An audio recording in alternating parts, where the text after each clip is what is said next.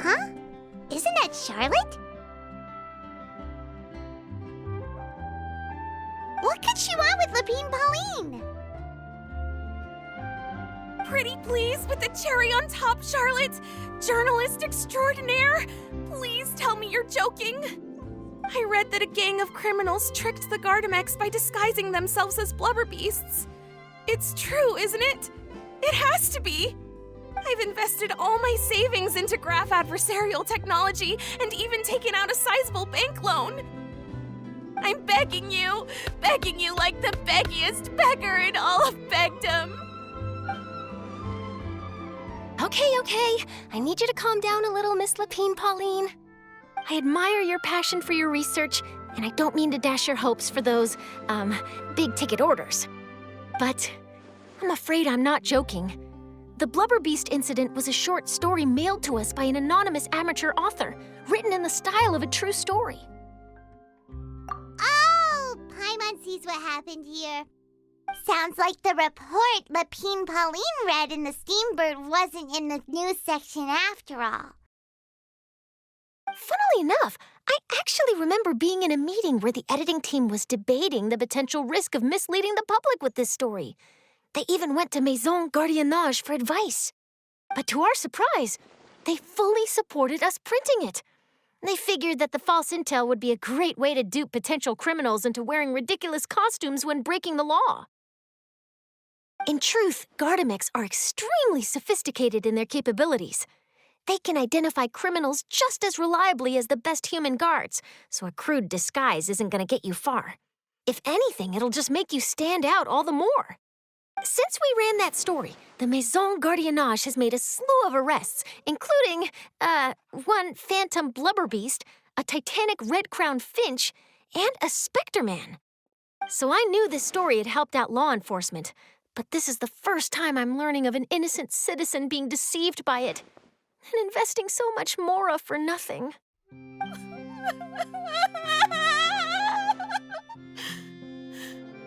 Uh-oh. So Lapine Pauline's whole research project is based on a fictional story? Which means we're not gonna get a big bonus after all.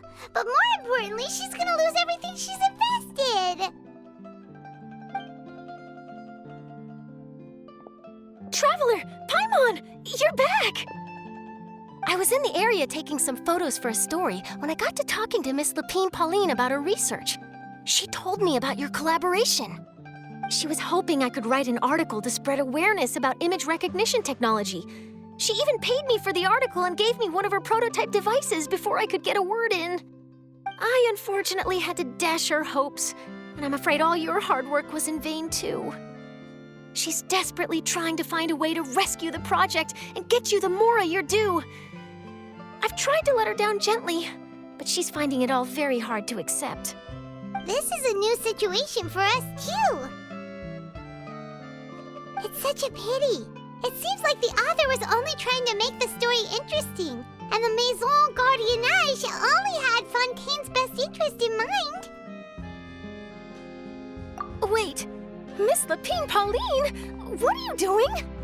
I'm gonna pick a fight with a Gardamek, head to the Opera at Biclès, and get a one-way ticket to the Fortress of Meropide. That way, I won't have to repay my debts. It's the only way I can afford to keep on living. Whoa, there's no need to go that far. I mean, come on, look at you. You wouldn't even dent the Gardamex armor. In all likelihood, they'd only hold you up at the Maison Gardiennage for a few days before letting you out, and then you'd still have to repay your debts. Actually, instead of going into the technicalities of that, how much did you actually invest? How bad can it really be? 270,000 mora. Okay, well, escaping to the Fortress of Meropide over a sum like that seems like a last resort. Surely there must be other options. Not anymore. I used to be an equipment supplier to the Fontaine Research Institute before that blew to pieces, and now I'm just a small-time engineer. I scraped together some savings over the past few years, but I put every last mora into this project, and now I'm left with nothing. It's not just my savings that are gone. It's my whole future as a graph adversarial technology specialist and my dreams of becoming a billionaire one day.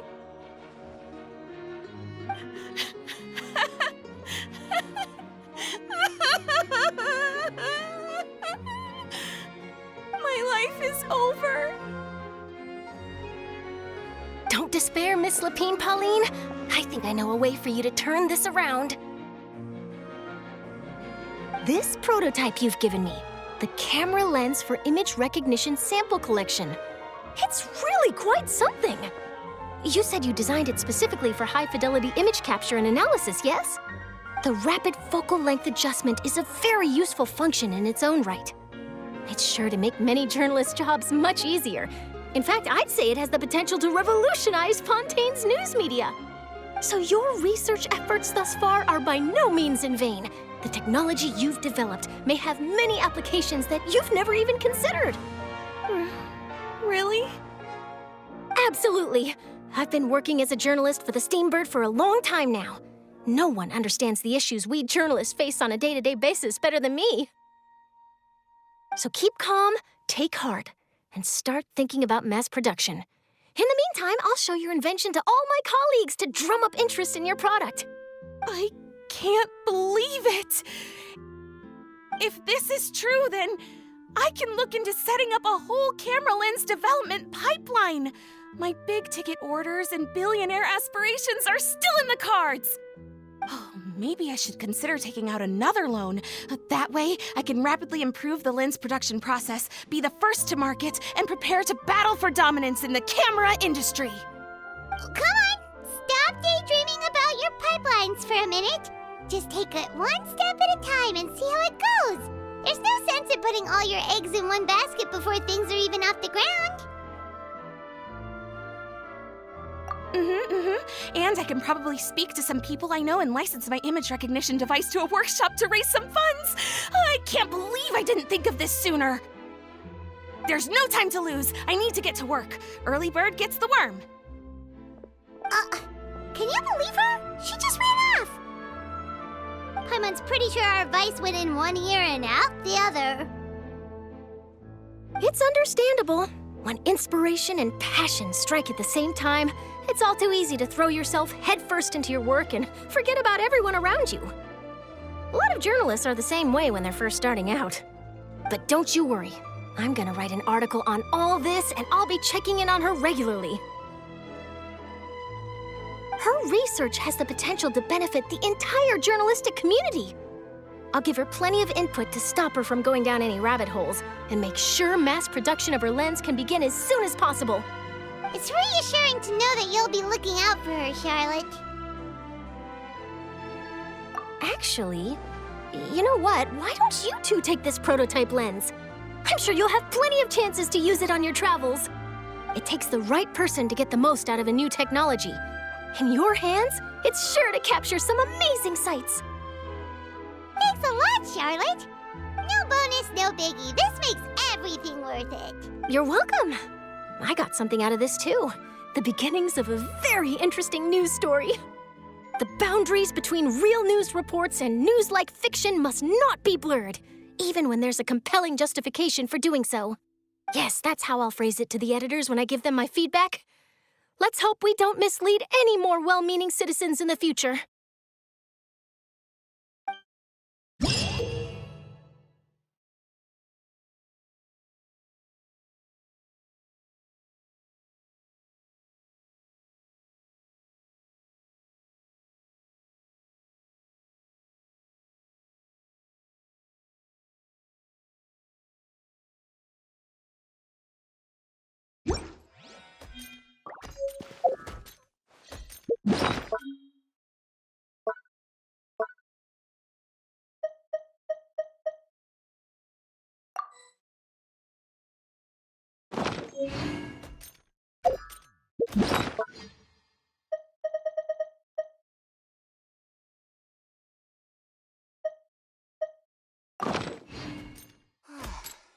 So much quiet.